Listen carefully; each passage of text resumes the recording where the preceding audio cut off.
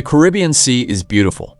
Blue water, endless sky, warm winds. But between Haiti and Jamaica lies a tiny piece of land that feels completely different from the paradise surrounding it. Navassa Island. There are no hotels, no restaurants, no ordinary tourists, no permanent population, only jagged limestone cliffs, thick vegetation, abandoned ruins, and a history filled with death. For years, sailors, workers, explorers, and locals have told strange stories about the island. Some say they heard footsteps when nobody was there. Some claim to see figures moving through the trees, and others said something followed them after they left. But one story was never officially explained. It began with 4 men. Their names were Daniel, Marcus, Ethan, and Ryan. They were part of a small documentary crew investigating the forgotten history of Navassa Island. Their boat reached the island just before sunset. As they approached the shore, Daniel noticed something strange. There were no birds. The sea was quiet. Even the wind seemed to disappear. Ryan looked toward the cliffs. "Why does it feel like the island is watching us?" Marcus laughed. "It's an island, Ryan. Islands don't watch people." Nobody laughed after that. They stepped onto the rocky shore. The first thing they discovered was an old stone structure almost completely hidden beneath vines. Inside were rusted tools, broken wooden beams, and walls covered in dark stains. Daniel raised his camera. "This place is incredible." Then Ethan noticed something carved into the wall. A sentence, old, deep, and written in English. "Leave before the sun goes down." Ryan stared at it. "Who wrote that?" Nobody answered. Daniel smiled nervously. "Probably an old worker." They continued exploring, but as the sun began disappearing beneath the horizon, the atmosphere changed. The temperature suddenly dropped. The jungle became completely silent. Then, crack. A branch broke behind them. They turned around. Nothing. "Probably an animal," Marcus whispered. They continued walking. Another crack. Closer. Then another. Crack. Crack. Something was following them. They rushed back toward the ruins. When they reached the old building, Daniel checked his camera. His face changed. "What?" Ethan looked at him. Daniel slowly turned the screen toward them. The camera had been recording the jungle. Behind the 4 men was a dark figure, tall, extremely thin, standing between the trees. Ryan whispered, "That wasn't there." Daniel rewound the footage. The figure was gone. They checked the jungle. Nothing. But then they heard it, a whisper, coming from somewhere inside the ruins. "Help me." The 4 men froze. Ryan shook his head. "No, we're leaving." They ran toward the beach. But when they reached the shore, their boat was gone. The rope had been cut. The boat was drifting far out in the darkness.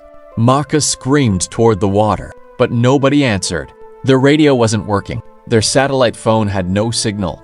They were trapped on Navassa Island. At night, then they heard footsteps behind them. Slow footsteps. Step. Silence. Step. Silence. Step. Ryan turned around. Nothing. "Who's there?" No answer. Then a voice came from the trees. It sounded exactly like Ryan. "Who's there?" Ryan's face went white because the voice had repeated his words, but it came from deep inside the jungle. Marcus grabbed his arm. "Don't answer it." Suddenly, something screamed. Not like an animal, not like a human, something in between. The 4 men ran back into the ruins. They barricaded the door. For several minutes, there was silence. Then someone knocked. Knock. Everyone froze. Another knock. Knock. Knock. Daniel whispered, "Maybe it's another survivor." Ethan looked through a crack in the wooden door. There was a man standing outside. His clothes looked ancient. His face was covered in dirt. His eyes were completely black. Ethan stepped backward. The man slowly raised his head and smiled. Then he whispered, "You came back." The lights went out. Ryan screamed. Something slammed against the door. Once, twice, 3 times. Then silence. Daniel switched on his flashlight. Marcus was gone. Marcus? No answer. They searched the building. Nothing. Then they heard breathing behind them. Heavy breathing. Daniel slowly turned around. Marcus was standing in the corner, but something was wrong. His head was tilted unnaturally to one side. His eyes were wide open. Ryan whispered, "Marcus?" Marcus smiled. Then his mouth opened, too wide, and a voice came out. Not Marcus's voice, a deep, broken voice. "One of you must stay." The flashlight went out again. Daniel ran. He didn't know where he was going. He only knew he had to escape. He pushed through the jungle until he reached the cliffs. Then he saw something below. The boat. It had somehow returned. Daniel ran toward the beach. Ethan was already there. "Where's Ryan?" Daniel looked behind him. Ryan wasn't there.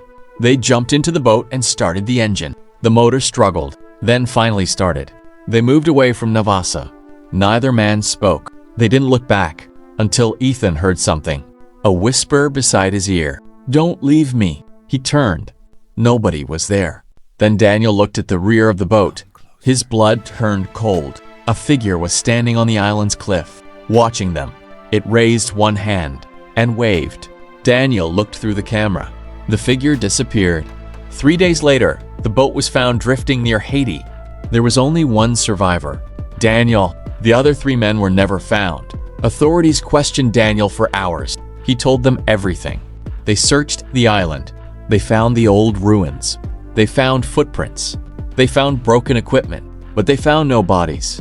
Daniel gave investigators his camera. There was only one final video. The recording showed Daniel running through the jungle. Then the camera fell. For several seconds, nothing happened. Then 3 figures walked into view. Marcus, Ethan, Ryan. They stood silently in front of the camera. All 3 were covered in dirt. All 3 were smiling. Then something stepped out behind them. A tall black figure. It leaned toward the camera and whispered, "4 came here." The video suddenly ended. Investigators later discovered something even stranger. The recording had been made after Daniel had already been rescued. Daniel denied returning to the island. He swore he had never made that recording, and to this day, nobody knows who or what was standing behind those 3 men. But sailors who pass near Navassa Island still tell stories. Sometimes at night, they hear voices coming from the cliffs. Sometimes they see a small light moving through the jungle. And sometimes they hear 4 voices calling from the darkness. 3 voices sound frightened, but the 4th voice always whispers the same words. "Come closer." Because perhaps the most terrifying thing about Navassa Island isn't what happened there in the past. Perhaps the terrifying thing is that something may still be waiting there. And if you ever see a light moving across Navassa Island after sunset, don't follow it. Because according to the old stories, the island doesn't want visitors. It wants company.